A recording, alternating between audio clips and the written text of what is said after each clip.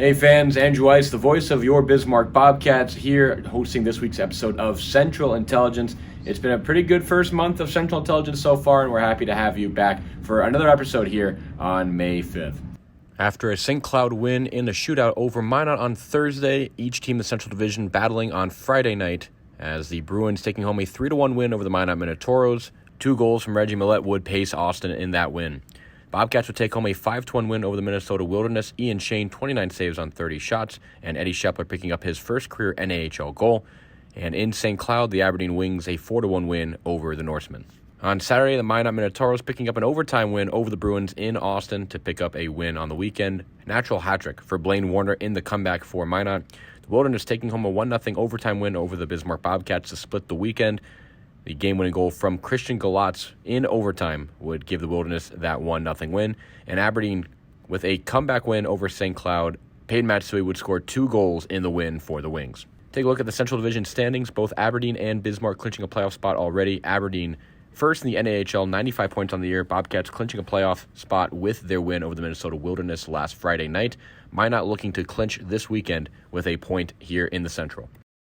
Star of the week here in the Central Division, Peyton Matsui, 2 goals and an assist in Aberdeen's weekend sweep over St. Cloud. We now go to Mark Shelley in St. Cloud for this week's interviews here on Central Intelligence. Thanks a lot, Andrew. Mark Shelley here with Norseman forward Ryan ONeal, who had a great weekend this week, 3 goals for him. But Ryan, before we get to what you did this past weekend, it's crunch time for you guys right now. Locked in a tight battle for that final playoff spot. 5 games left on the season. What's the mindset like going into these final 5 games for you guys? We just got to focus on first game. We kind of have to run the table here, so we just got to get the first one. Well, ultimately, against Aberdeen, these past 2 games for you guys, Friday and Saturday, home away from home for you guys, playing up in Alexandria, the birthplace of the Blizzard, and then ultimately now being the Norsemen here in St. Cloud. But up there in Alexandria, tough games for you guys. 4-1 loss on Friday night. You had the goal in that to bring the team within a goal before ultimately the third period goal and then the empty netter. And then the next night, right there, stride for stride, and at one point, your 2 goals had the Norsemen out in front 2-1 over the Wings, and then they come from behind and pick up the victory. But for you personally, what was clicking this weekend that led you to that goal-scoring effort? I think just mainly me and my line mates have kind of just been having good chemistry lately, and we've been getting bounces. But yeah, Chor and Sukes, they've been playing well and helping me out, and it's been a beneficiary of that. What is the relationship like with those two? Because they both have very unique personalities, and you being on there, and how does that sort of off-ice relationship benefit you? The 3 of you on the ice together. I think it helps out a lot. I mean, me and Chor live together, and I played with Sukes a lot last year, so yeah, I think it helps out a lot being. Well, Ryan, as you mentioned, those 5 games, it's just get that first one down, which comes this weekend against the Austin Bruins, and you guys have the Magicians and the Bruins here at home on Saturday and Sunday. So what is it like, especially seeing where the season started at with having some fans in the building and then sort of having those restrictions put in place, less fans now opened up, and you guys have been playing in front of some pretty raucous crowds lately for you guys, especially down the stretch. How important is it to have these games at home down the wire?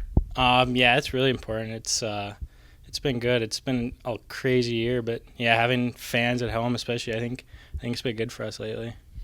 Well, Ryan, we've talked about the hockey stuff here, but we want to play a little game here before we let you go here. Just a couple of questions for you. We're going to do a little this or that, get to know you. That way the fans around the Central Division can sort of know Ryan ONeal other than number 12 in the white and the black. So couple of this or that questions. First one off the top of the head here. Number 1, cat or dog? What are we going with? Dogs. I got one myself, so I got to go with dogs. There you go. How about number 2? Are we eating cake or are we eating pie?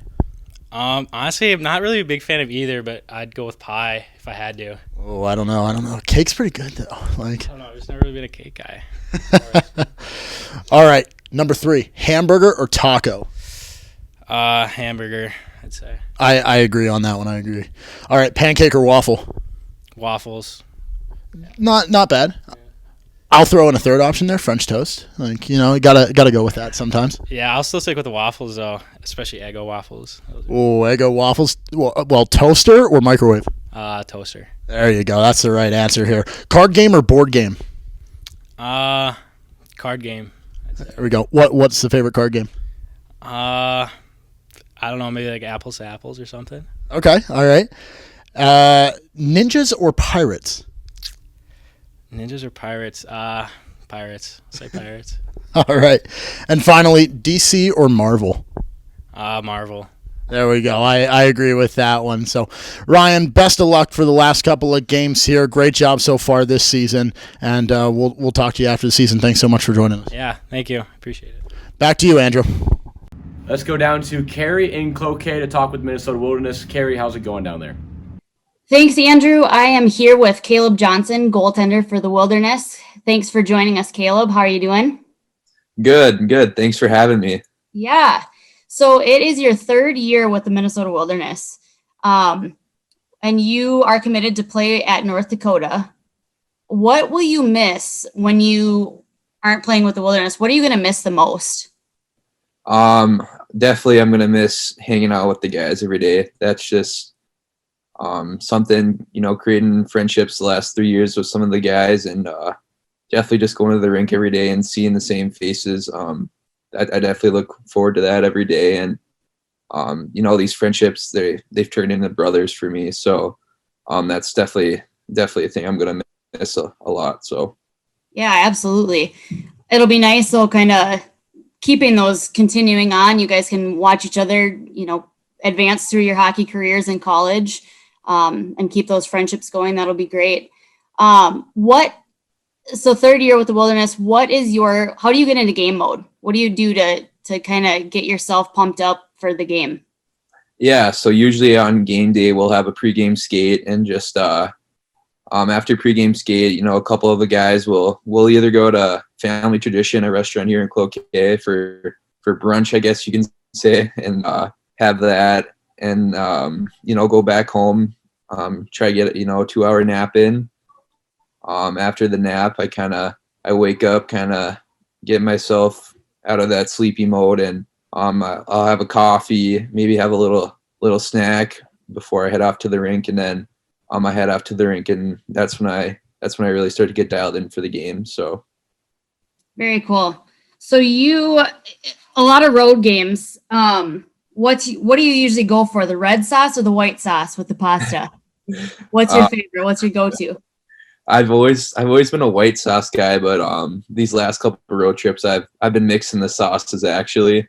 So trying something different, and I like it a lot. So that might be a new thing. There you go, starting a new trend. Who has the best pregame pasta meal on the road? Which team? I definitely have to say, where were we?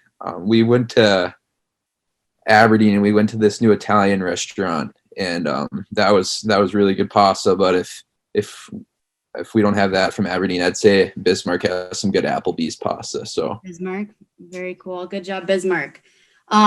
Hey, thanks, Caleb, so much for joining us on this episode of Central Intelligence.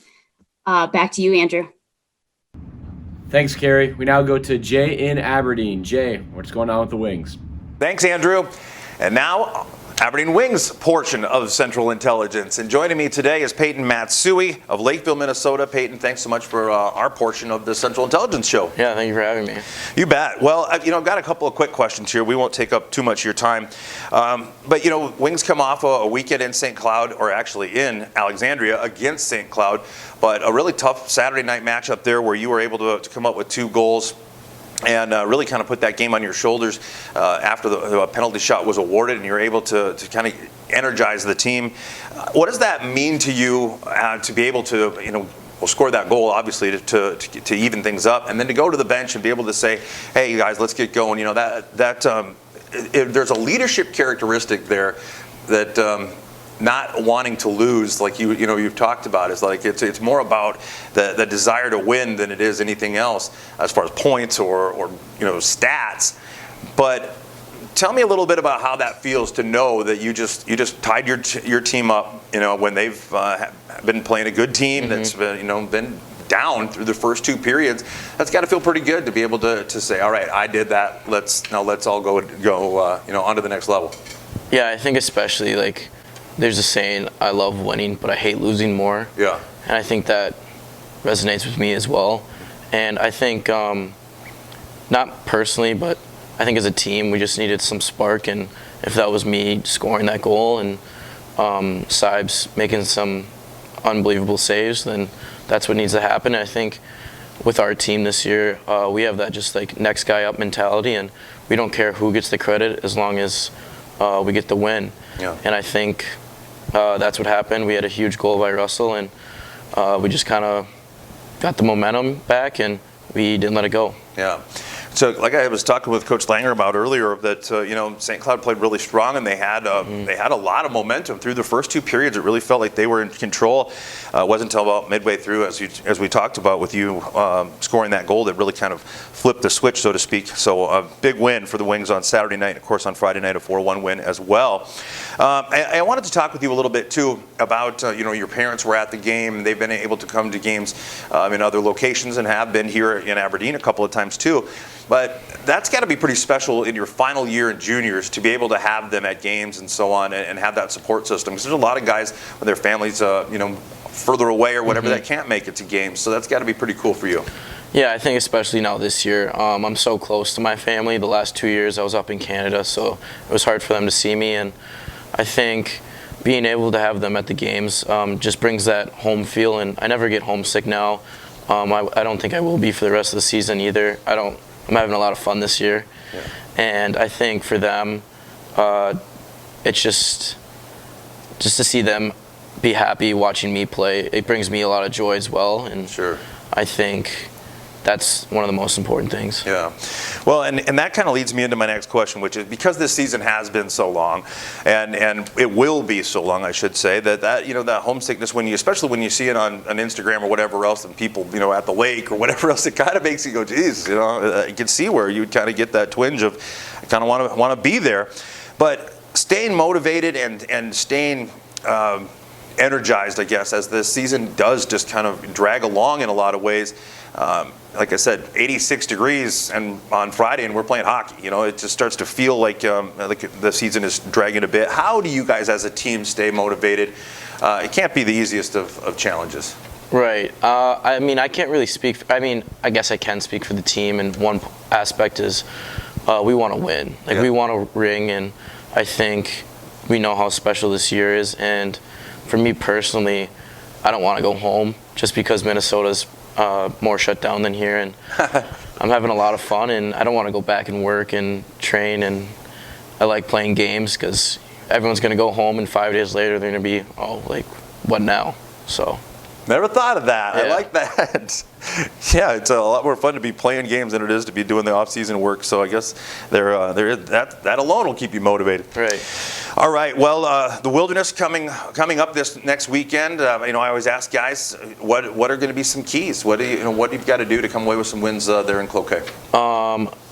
Last time we let them get behind us a little bit, and we need to make sure we're defensively sound to start off with. Obviously, coming off St. Cloud, we gave up a few breakaways that we didn't need, and I think we need to get our power play back up to speed and just continue what we've been doing and make sure that we stay mentally there and finish the season out strong.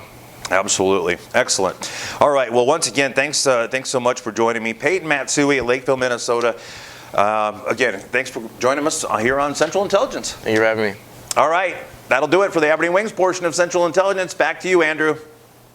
Thanks, Shay. We now head to Austin to talk with TJ. TJ, what's going on with the Bruins? All right. Thank you, Andrew. My name is TJ Shalott, voice of the Austin Bruins. Happily joined here by Bruins forward Sutter Mazzotti. And Sutter, the first thing I want to talk to you about is you're obviously one of the younger guys on this Austin Bruins team, first year in junior hockey, and you suffer a pretty major injury right in the middle of your first year, right as you're starting to get used to the speed of the game and you're starting to get used to things. You deal with a pretty big injury with that upper body injury, and you come bouncing back, a huge piece to this offensive portion of this Austin Bruins team. Talk to me a little bit about what was going through your mind during the injury, so that way when you were cleared to go, you can just hit the ground running. Yeah, I was definitely disappointed to get knocked down when I did, right in the middle of the season there. We were just starting to play 3 games a week, so I was kind of bummed that I was missing additional games, but it was a upper body injury, so I was able to keep my conditioning up, which was important. And then just coming back, I felt I've played well. My teammates have helped me get back into the flow of playing games and just trying to pick up where I left off. Was it tougher for you to pick up where you left off mentally or physically? Like which one was a little bit more difficult? Were you mentally ready to go, but maybe your body kind of lagged a little bit behind, or was it vice versa? Yeah, I always thought I was mentally ready, but yeah, there's nothing like the conditioning in a game. You can skate as much as you want, but it's a totally different animal when you're in a game. So that took a little bit of adjusting that first weekend. One thing that I've noticed from your style of play too, since you've come back, and maybe it's just more recency bias on my end, but you seem to be playing a much more physical game. Did getting injured in the middle of the season and realizing, you know what, I can bounce back and I'll be fine, kind of give you a little bit more leeway to be a little more physical and use your size a little bit more? Or was that like a conscious decision that you had thought about, like, hey, you know what, when I get back out there, I'm going to just be a little bit more physical? Yeah, I've always tried to be physical in my game, but I've definitely picked it up because I know I can make a difference with it, with how big my body is, but nothing really new. I've always tried to do that. I want you to talk to me a little bit about your line mates, because you're playing right now with Carson Riddle and Barrett Brooks, the 2 Western Michigan commits, and they're entirely different hockey players than you are. Size alone, they're obviously 2 of the smaller guys on the team, and here you are, one of the largest guys, if not the largest guy on the team. So it's kind of, when you look at it on paper, it's the odd trio a little bit, but it seems to work because you guys click so well. What do you think where's the chemistry coming from there? Yeah, I think Brooksy and Riddle, they match well together with me because we all have good hockey sense. We know to go to the right spots, both defensively and offensively. And I think we just move the puck well together and find the open guy a lot. Those are 2 guys that have played a number of years in junior hockey. And obviously, as we mentioned, you being a rookie in your first season, are you picking up some just little things from them as you're on their line? Are you learning a little bit from them, whether it be specific things to do or not do on the ice, or even if it's just, are you learning a little bit about the playoff push and things like that from them? Yeah, for sure. Definitely systematically. They'll be helping me out on the ice, giving me pointers or where I should be going, who I should be helping out with. Just constant communication, which is nice to have. We're coming down to the final 4 games, and I mentioned the playoff push. The Bruins are right in the thick of things, trying to get that final spot. Have you ever been in a playoff race like this? Have you ever felt this kind of pressure and this kind of just energy and excitement going into the final games in a regular season at any point in your career? Not like this. This is definitely one of the tightest pushes I've been a part of, and I know it's coming down to the wire here, and all these games are like playoff games, and we just got to do our job, and hopefully we'll get in. How is the locker room environment, and is it calm and collected and focused, or is it a little bit, do you feel a little bit of pressure from maybe some of the veterans, or what's it like? I've never been in anything remotely close to this, and I'm sure most of the listeners haven't either. So what's it like being in the Bruins locker room in this particular situation? Yeah, I wouldn't say as much pressure as it is just making sure you make the right decisions out on the ice, and guys are definitely excited that we can get in the playoffs here, and that we can take out St. Cloud with the games we have left. And yeah, just excited to see if we can get in. Who's holding you guys accountable? If you were one of the guys that's out there on the ice and maybe you make one of those mistakes that you shouldn't have made, who are the guys that are holding you accountable? There's a lot of guys, probably just our captains, assistant captains, Millie, Brooks, Rids, those guys. Sounds good. Well, Sutter, thanks again for the time. We really appreciate talking to you. Go on out there and make the most of these final 4 games here of this season, and maybe some more with the playoffs. Yeah, thanks for having me. All right, Andrew, we're going to go ahead and throw it back to you. Thanks, TJ. We'll throw it down now to Peter in Minot. Peter, how the Toros looking? I'm here with goalie Keenan Rancier. Keenan, coming off a bye weekend, Big weekend for you personally, good weekend for the team. You personally had 71 saves and was the second star in the Liberty Tax 3 Stars of the Week for the Toros. How big was it for you personally to get back on a roll here before the playoffs? Yeah, obviously the last couple months have kind of been up and down, struggling, just finding ways to stop the puck. So this weekend it was nice just for the confidence, but also good for the team to also get at least 3 out of 6 on the road. It was good for us. So, no, definitely going into these final 4 games, our team's we're feeling pretty good now after the weekend. But you guys are 1 point away from clinching, and we either need to win on Friday or a St. Cloud loss. All right, how much scoreboard watching have you guys been doing? Oh, no, we've just been kind of focusing on ourselves. Obviously, whatever happens to the other team happens, and we just got to focus on what we can control, and that's just winning every single game. So, obviously, our focus this weekend is to beat Bismarck, not hope St. Cloud loses, but just if we beat Bismarck, we're good. So that's our number 1 focus. Final home weekend of the year. This was your first year with the Toros. What has it been like playing here in Minot in front of these crowds? Yeah, it's been the best fan base I've ever played in front of, especially since this last half season.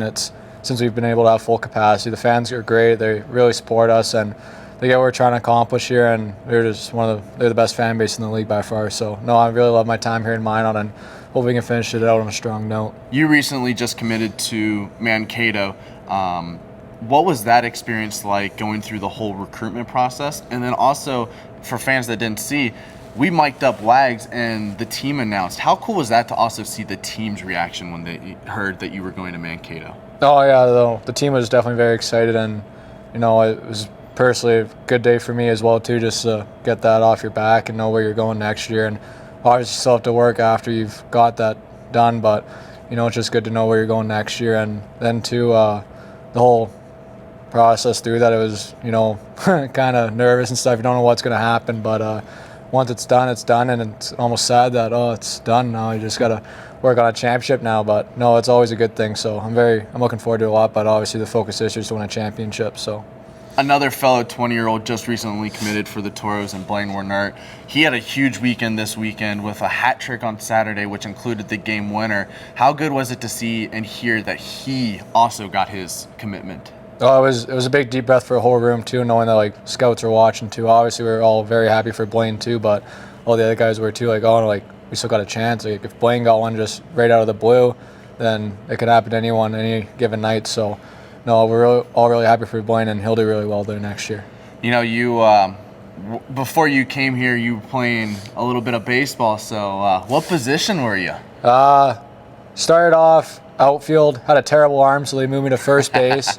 And then after that, my arm got a little bit better, so I moved to second base. But second base is probably my favorite position to play. Lefty, obviously you're a righty thrower, but lefty batter or righty? Yeah, batter? I was a lefty batter. Lefty batter, okay. Yeah, right there. What was one of your better baseball memories? I'd say when we were back in Little League when I was 12, or maybe it was 11, but probably by far was one where I never made a throw out from first to third, and we got an out off it, and I'd say we made a double play off that. The second baseman ditched to me at first, and then I got the ball through a little sidearm right across. Never threw that hard in my life, and we got the out at third, and that was the end of the inning. So, no, that was probably one of my favorite moments. But fans can get a little bit of to see exactly what you guys did on Toros All Access tonight. But you guys just finished playing some sled hockey with the local Prairie Grit Adaptive Sports Group. What was that like? Being a goalie, obviously you don't get to skate around a lot and go down and shoot pucks, but you were throwing some hands and shooting some pucks. What was that experience like? Oh, it was fun. Obviously, it's kind of hard to start getting to figure out how to use the sled and stuff, but no, it was a lot of fun. The guys had a lot of fun out there too, and threw some big hits, and we weren't very good at stopping and stuff, so just crashing the boards, but it was fun. You mentioned it right before we got on here. You said we need to move a little quick with this interview because you got a tee time.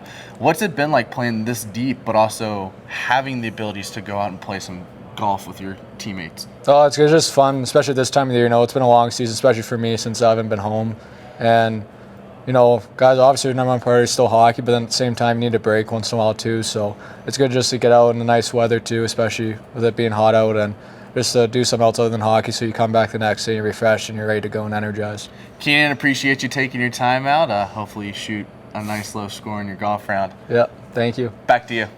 I'm here now with Bobcat forward Eddie Schepler, coming off the heels of his first career goal this past weekend against Minnesota Wilderness. Shep, obviously a very special moment. What did it mean to you to get number one here in the NAHL?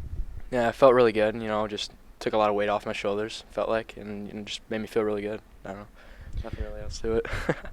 Well, the Bobcats did pick up a big win on Friday night with your goal, as well as 5 others, as the Cats would score a 5-1 win over the Minnesota Wilderness. Tough loss on Saturday, but a bounce back is expected this weekend against the Minot Minotauros. Very big weekend as home ice in the first round of playoffs is on the line. What are you expecting from the boys going into this weekend against Minot? I'm expecting a hard-working game. We need to win a game to clinch home ice for sure, and we want that for playoffs. It'd help a lot. Don't want to travel. And no, we're definitely going to come out flying, come out ready, and we're going to take it to them. Now this week, obviously a lot of practice coming up for your game against Minot, and obviously there's going to be some things you want to work on, things you want to improve upon from last weekend. What do you think the guys need to kind of maybe get together a little bit more on for this upcoming week against Minot that they maybe didn't perform the best of last weekend? I thought we did pretty well the first day. We created a lot of offense, but the second day we kind of lost that, and we need to, find that some more, get some more offense going, get some shots because we didn't have that many shots, and just crash the net, go to the net, score goals. That's all we need to do. Well, the Bobcats, as mentioned, taking on Minot. What does Minot do well that you guys need to counter this weekend? They're a pretty physical team, I would say. They play fast, a lot faster than other teams for sure. They're bigger, I think, than other teams. We just got to come out physical with them. We can't just stand there and let them hit us. We got to hit them back, So. Well, last thing I have for you, Shep. This past week was the last home weekend for the Bobcats in the regular season. Obviously, very special for the Cats and for their fans to have the Bobcats coming in on home ice. What did it mean for you to not only play a final home series against the Wilderness on home ice, but also to get your first goal in front of the home crowd? Well, it felt great. No better crowd to do it in front of, right? So, have all the supporters, all those little kids holding up posters, our numbers on them. Just felt great, Wouldn't do it anywhere else. Bobcats visiting Minot this weekend against the Toros, a 2-game set in Minot with home ice advantage on the line for the first round of the playoffs. Shep, best of luck against the Toros, and we'll see you in Minot. Sounds good. Coming up this weekend, Aberdeen heads to Cloquet to take on the Minnesota Wilderness. Aberdeen leads the season series 5-1. Minnesota looking to maintain pace in the Central Division as they battle for the 4th and final playoff spot. Meanwhile, St. Cloud and Austin will battle a home-and-home series Friday and Sunday as the two teams will play out of division on Saturday night. Brett Chorsky has a goal and 5 assists against the Bruins this season as the two teams look to keep pace with the Wilderness for that last playoff spot. And finally, Friday and Saturday in Minot, the Bismarck Bobcats and Minot Minotauros go head-to-head. Bobcats lead the season series 6-4. It's a battle for home ice in the first round of the playoffs. Minot looking to clinch a playoff spot. Bobcats looking to further their hold on second place in the Central. That's going to do it for this week's episode of Central Intelligence. I've been your host, Andrew Weiss. We'll see you next week. Murr playing his last game, but it's turned over. Tip play, and it goes! Ethan Schmunk. Moline with it. Over to Pionk. Shot, and he scores! Save the puck. That's the first NAHL goal for Aaron Pionk. There. Riddle wins the battle. 2-on-1 the other way. Kincaid's the lone man back. Riddle has Brooks. Pass broken up nicely. And now it's jammed ahead. Warner in behind the defense. Can he hunt it down? He can. Warner in. Shot. It's in. Blaine Warner, hat trick, wins it in overtime. Lawson behind the cage. Here he is still with it. Shot. And he scores. Dante Lawson. Right here. Good job by the Bruins getting back, but Warner backhand try. It's in. What a backhand. Sticked away. Stolen by Ryan ONeal on a breakaway. Snaps a shot. Scores! Comes all the way out to Shouty on the left wing point. Centering feed, redirection, loose, they score! Reggie Millette off a ricochet, and the Bruins have themselves a 2-goal lead. Back top of the circle and in between the circles, he shoots and scores! Penalty shot ties it up 2-2. Peyton Matsui. To the red painted circle, gives to Chorsky. Halverson snaps into the middle, drops for ONeal, he scores! His second!